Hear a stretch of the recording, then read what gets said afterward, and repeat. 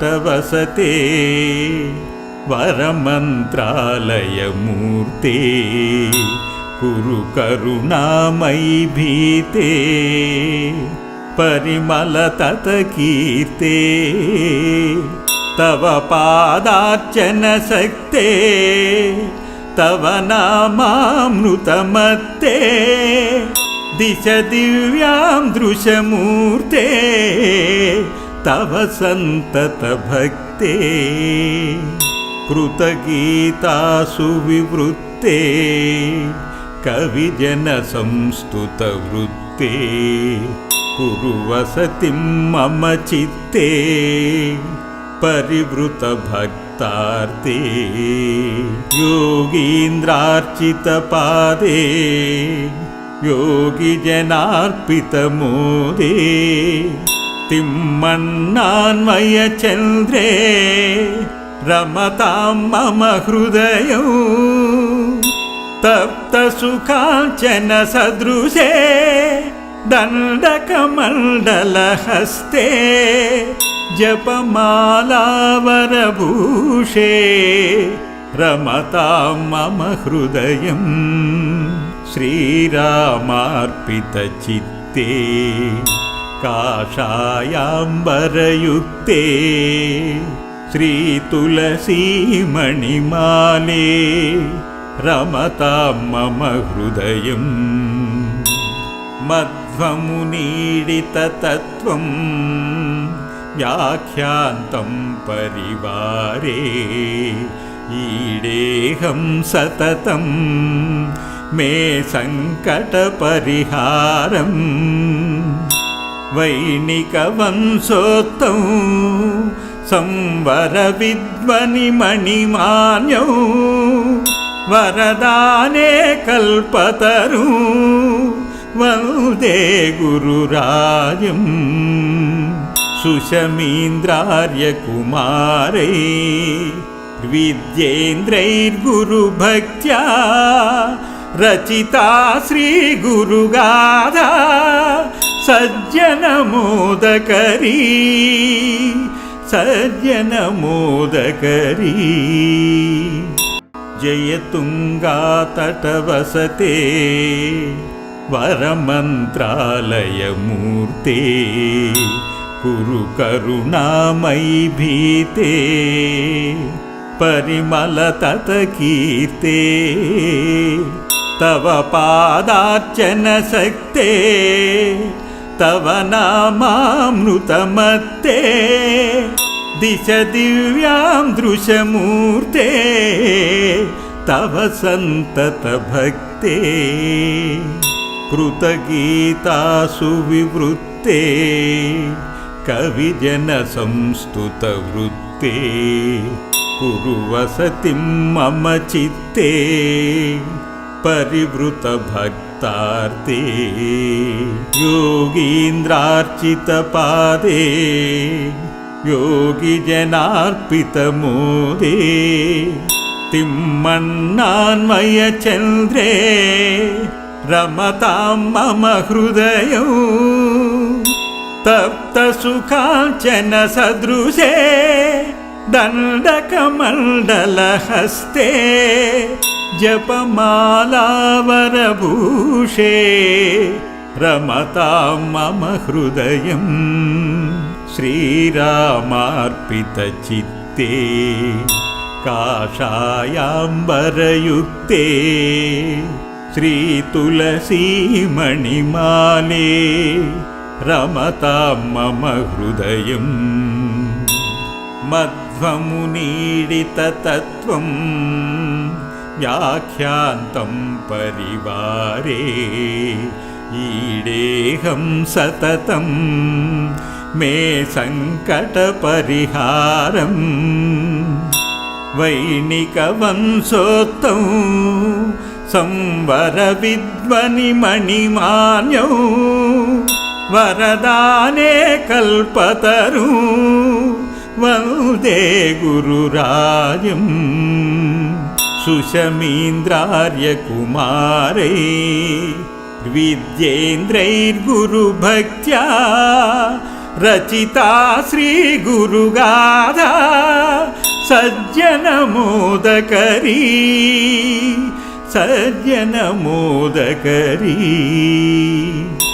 जयतुङ्गातटवसते वरमन्त्रालयमूर्ते कुरु करुणामयि भीते परिमलततकीर्ते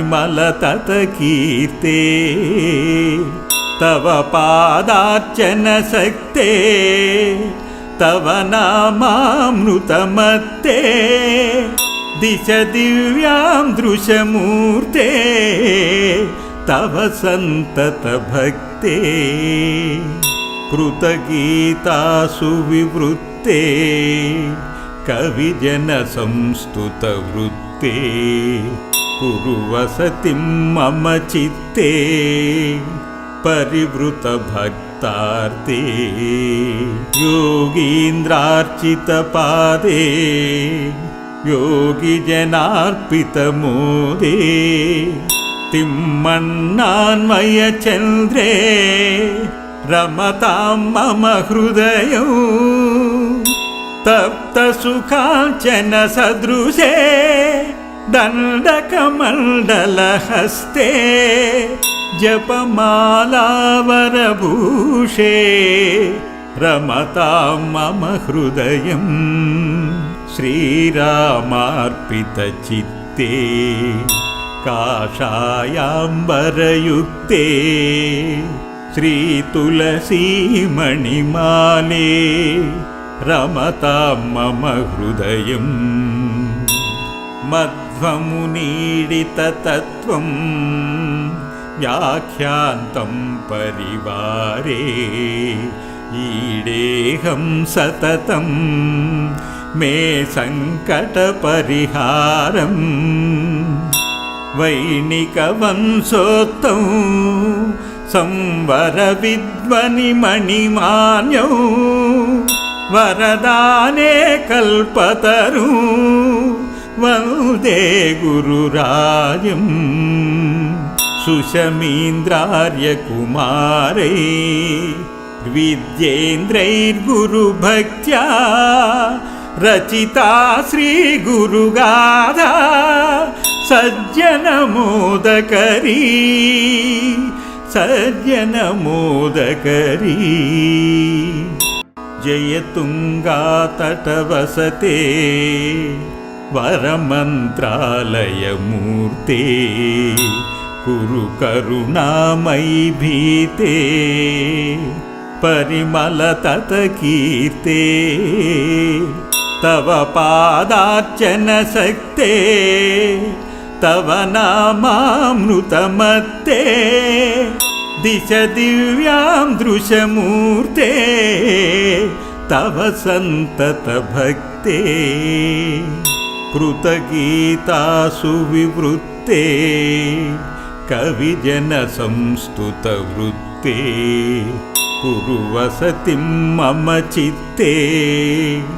परिवृतभक्तार्ते योगीन्द्रार्चितपादे योगिजनार्पितमोदे तिम्मण्णान्वयचन्द्रे रमतां मम हृदयं तप्तसुखाञ्चनसदृशे दण्डकमण्डलहस्ते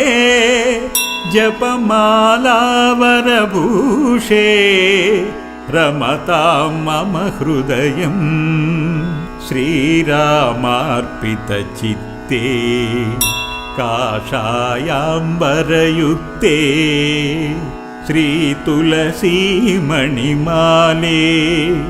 रमतां मम हृदयं मध्वमुनीडिततत्त्वं व्याख्यान्तं परिवारे ईडेहं सततं मे सङ्कटपरिहारम् वैणिकवंशोत्तौ संवरविद्वनिमणिमान्यौ वरदाने कल्पतरू वन्दे गुरुराजं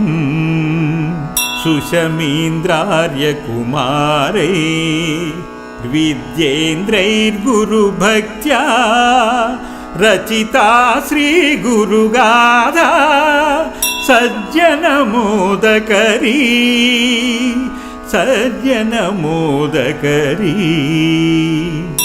जयतुङ्गातटवसते वरमन्त्रालयमूर्ते कुरु करुणामयि भीते परिमलततकीर्ते तव पादार्चनशक्ते तव नामामृतमत्ते दिश दिव्यां दृशमूर्ते तव सन्ततभक्ते कृतगीतासु विवृत्ते कविजनसंस्तुतवृत्ते कुरु वसतिं मम चित्ते परिवृतभक्तार्ते योगीन्द्रार्चितपादे योगिजनार्पितमोदे तिम्मण्णान्वयचन्द्रे रमतां मम हृदयं तप्तसुखाञ्चनसदृशे दण्डकमण्डलहस्ते जपमालावरभूषे रमतां मम हृदयं श्रीरामार्पितचित्ते काषायाम्बरयुक्ते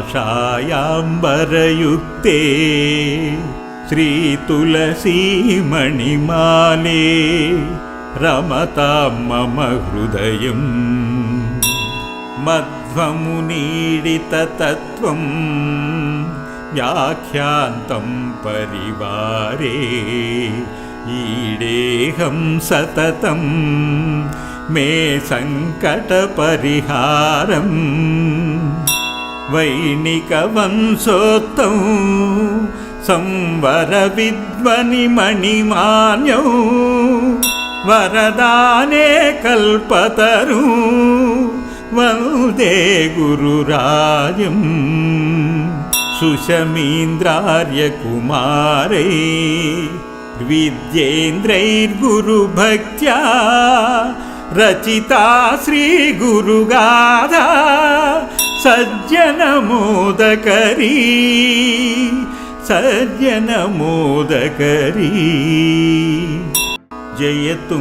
जयतुङ्गातटवसते